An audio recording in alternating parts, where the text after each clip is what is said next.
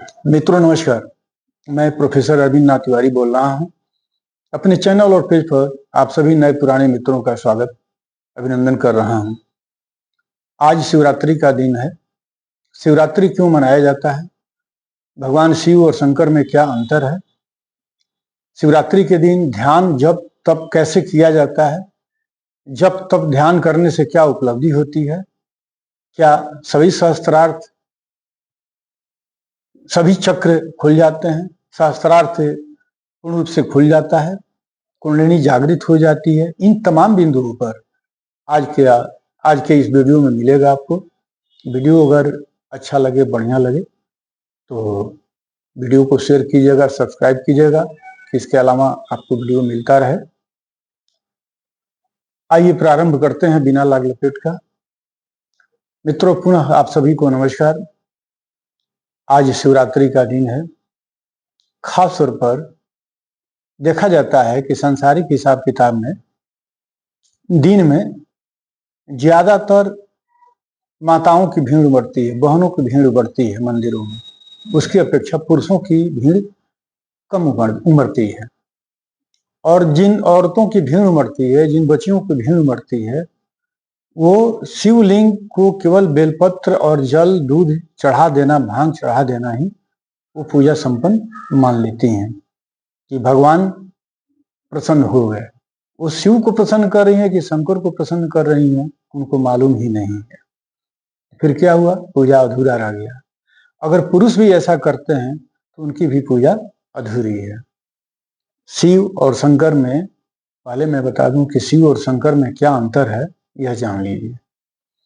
शिव परमात्मा है और परमात्मा का स्वरूप कैसा होता है? तो निराकार स्वरूप होता है। ज्योतिर उनको माना गया है, प्रकाश माना गया है, लाइट माना गया है और उनको ब्रह्म माना गया है।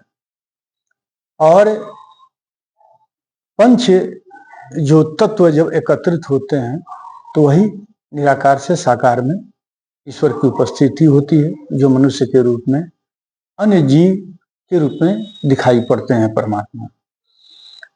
शिव में शंकर में अंतर क्या है? तो आप देखते हैं कि शिवलिंग पर जो त्रिकुट बनता है, ऐसे तीन, और बीच में एक आंख का दृश्य होता है, तो तीन जो हैं वो ब्रह्मा, विष्णु और महेश का अर्थात शंकर जी का वो फिगर है।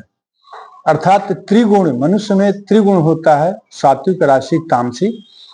और जब इन तीनों के आधार पर ही कर्म की प्रधानता होती है तो शंकर, यहाँ जो शंकर और ब्रह्मा विष्णु, जब ये ब्रह्मा विष्णु और महेश मतलब शंकर जी जब तीनों मिलते हैं तो यही परमात्मा के ये अंग हैं, बाँ हैं, ये काम करने वाली एक अलग शक्ति डिवाइड की गई है।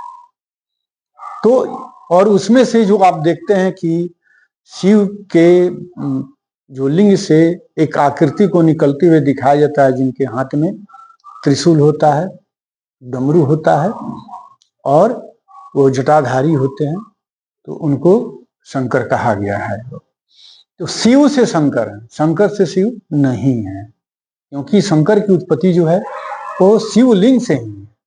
अर्थात परमात्मा अपनी एक शक्ति का जो प्रादुर्भाव किया है वो शंकर है। जैसे एक तुलसी का पौधा जो होता है वो बड़ा होता है और उसमें जो पत्ते गिरते हैं, पत्ते जो निकलते हैं, सिर्फ पत्ता कहलाते हैं, वो पूरा तुलसी का पेड़ नहीं कहलाता। वो तुलसी का पौध के रूप में नहीं जाना जाता, एक पत्ता के रूप में जाना जाता है, लेकिन उसे तुलसी कह के पुकारा जाता है कि ये तुलसी है। उसी तरह से यहाँ भी कुछ अस्तित्व है भगवान शंकर का। उनको भगवान कहा जाता है, लेकिन उनका अस्तित्व जो है वो भगवान शिव से जुटा हुआ है, परमात्मा से जुटा हुआ है। तो यही खास तौर पर शिव और शंकर में अंतर है। शिव का अर्थात मतलब जो 100 की तरह, 100 का क्या अस्तित्व है? कुछ नहीं। और प्रकाश का अस्तित्व क्या है? प्रकाश का अस्तित्व यही है कि अंधेरे को मिटाइए, प्रकाश है। एक ज्योति जला दीजिए, रोशनी बिखेर दीजिए, अंधेरा गायब है। लेकिन उस अंधेरा में सब कुछ मौजूद है, पेड़ से लेके पौधा तक, जीव जंतु, नल झील, वायु, सब ये अंधेरा में आ जाता है। एक अंधेरा का एक अलग अपना स्वरूप है। तो उस अंधेरा में जब हम ज्योति जलाते हैं, ज्योति को जलाते हैं, जैसे ही ज्योति की उपस्थिति होती है तो उजाला कायम हो जाता है। उजाला क्या है? परमात्मा है। और अंधेरा क्या है? उसका अस्तित्व है, उसी से वो निकलता है। ऐसे ही कुछ शिव और शंकर की स्थिति है।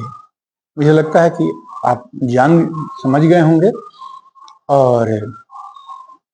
और आज शिवरात्रि के दिन खास तौर पर जो ध्यान जो किया जाता है, मेडिटेशन जो किया जाता है, जो जप तप किया जाता है, उसके लिए कम से कम 3 दिन पहले से तैयारी करनी चाहिए।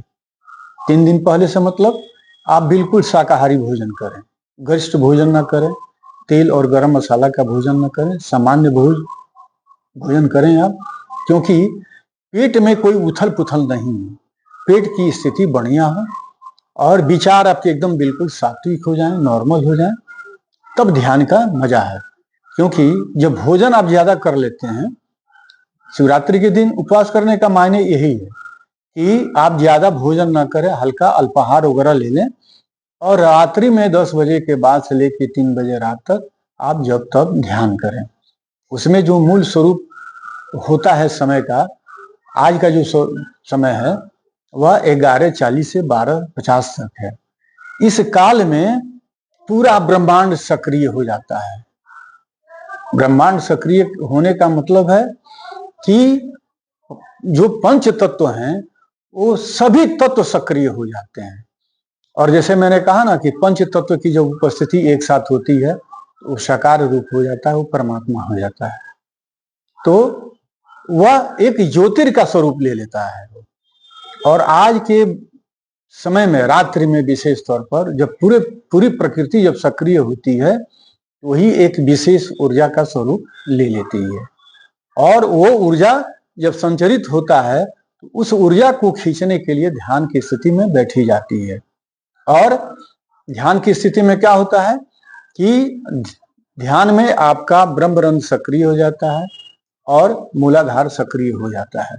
ये कब सक्रिय होता है कि जब आप सुषुम्ना नाड़ी को आप जागृत कर लेते हैं, यानी ईड़ा और पिंगला दोनों में जांच कर लीजिए और ध्यान में बैठने के पहले आप ईड़ा और पिंगला को डाइवर्ट कर लीजिए सुषुम्ना में, अर्थात दोनों श्वास आपका चले। और मन को आदेश दीजिए, शरीर शांत, मन शांत, चंचलता शांत, वासना शांत, अहंकार शांत, क्रोध शांत, ऐसे 5-6 शब्दों को इस्तेमाल करके शरीर को शांत कर लीजिए और तब आप ध्यान लगाना शुरू कीजिए सुषुम्ना नाड़ी में। तो लगाइएगा और शरीर बिल्कुल आपका हल्का होगा, तो उसमें क्या होता है कि मूलाधार वो जागृत हो जाते हैं। जैसे शरीर को शांत करते हैं, स्थूल शरीर शांत होता है, नीचे मूलाधार चक्र जागृत हो जाता है। वहां कौन बैठी होती हैं? तो शक्ति बैठी होती हैं, माँ पार्वती बैठी होती है, माँ काली बैठी होती हैं, वही आदि स्वरूप है। और वो जागृत होकर के धीरे धीरे सभी चक्रों का भेदन करते हुए ब्रह्मरंध्र पर आ जाती है वो। और जैसे ही ब्रह्मरंध्र अर्थात यहाँ कौन है? तो शिव है। यहाँ शिव कैसे होते हैं? परमात्मा से कनेक्टेड है। और नीचे जब बैठने का ढंग क्या है, उपासना करने का ढंग क्या है? नीचे पृथ्वी पर एक कंबल बिछा करके या रेशमी चादर हो या वुलन का कोई मैट हो उस पर बैठ सकते हैं, कुशासनी हो उस पर बैठ सकते हैं। और पृथ्वी जो है शक्ति है और कुंडलिनी का अर्थ पृथ्वी से जुटा होता है, तो वो नीचे से जुटती हैं, ऊपर से परमात्मा, ब्रह्मरंध्र से शिव। और जब नीचे से ये उठती हैं माँ पार्वती, जब यहाँ आती हैं तो शिव शक्ति का मिलन हो जाता है। और आज तौर पर मंदिर का महत्व इसलिए बढ़ जाता है कि क्योंकि जितने भी शिव मंदिर होते हैं उस रात में, मतलब आज के रात में, वो काफी सक्रिय हो जाते हैं। शिवलिंग काफी डायनामेटिक हो जाती है, उसमें ऊर्जा आ जाती है। और वहां जब बैठते हैं तो आपको सहज भाव में तुरंत ध्यान लगना शुरू हो जाता है। आज एक माला जाप कीजिएगा तो वो माला 100 गुना नहीं 1000 माला का फल मिलता है। वो ऊर्जा आपको समाहित हो जाती है शरीर में और सारी की सारी ऊर्जा इकट्ठा होने लगती है। अगर कुंडली आपकी जागृत नहीं है, पहले से आप परिश्रम कर रहे हैं जागृत करने के लिए, जिस मंत्र देवी देवता की उपासना कर रहे हैं, तो उसका अधिकतम फल मिलना शुरू होता है। अर्थात कुल मिलाकर के आज की रात में 100% पहले से जो साधना कर रहे हैं उनकी कुंडलिनी जागृत होने की पूरी संभावना होती है। इसके अलावा आप मंत्रों का आप जागृत कर सकते हैं। अगर शिव ओम नमः शिवाय का जाप करते हैं तप में, तो वो मंत्र जागृत हो जाए। कोई भी मंत्र अगर पहले से आप जाप कर रहे हैं, जागृत नहीं हो रहा है, और आज के दिन में और कम से कम 11 माला उस पीरियड में अगर कर लेते हैं तो वो 1000 माला के बराबर आज की रात में हो जाता है।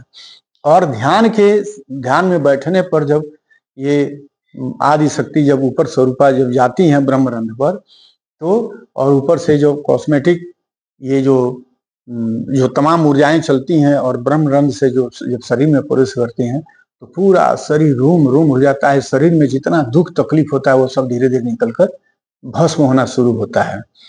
और आप देखते हैं कि त्रिकुंड पर यहाँ जो है त्रिकुंड होता है और आज्ञा चक्र होता है। भस्म भी भगवान शिव को लगाया दिखाया जाता है। भगवान शिव को अर्थात शंकर जी को या शिवलिंग पर भी भस्म चढ़ाया जाता है। तो क्या है, वो संकेत है कि तुम बैठ रहे हो मेरे पास, तो मेरी तरह बन करके बैठो। अर्थात अपने अहंकार के जला लो, अपने वासना को जला लो, अपने काम को जला लो, अपने क्रोध को जला करके और मेरी तरह बैराग में बैठो। जैसे भगवान शिव एकदम बिल्कुल वैराग्य की स्थिति में बैठते हैं, सारे अपने अहंकार, सारे अपने क्रोध वासना को समाप्त करके ही वो बैठते हैं, वही आकृति दिखाई जाती है। तो वीडियो लंबा होता जा रहा है और मुझे लग रहा है कि बात मेरी अगर समझ में आए तो चैनल को सब्सक्राइब, लाइक, कमेंट कीजिएगा। और आज का शिवरात्रि धूमधाम से मनाइएगा, बढ़िया से मनाइएगा। इस पर बोलने के लिए बहुत कुछ है और फिर अगले वीडियो में प्रयास करूंगा कि विस्तार पूर्वक और समझाऊं। तत्काल के लिए हर हर महादेव, जय मां गायत्री, हर हर महादेव।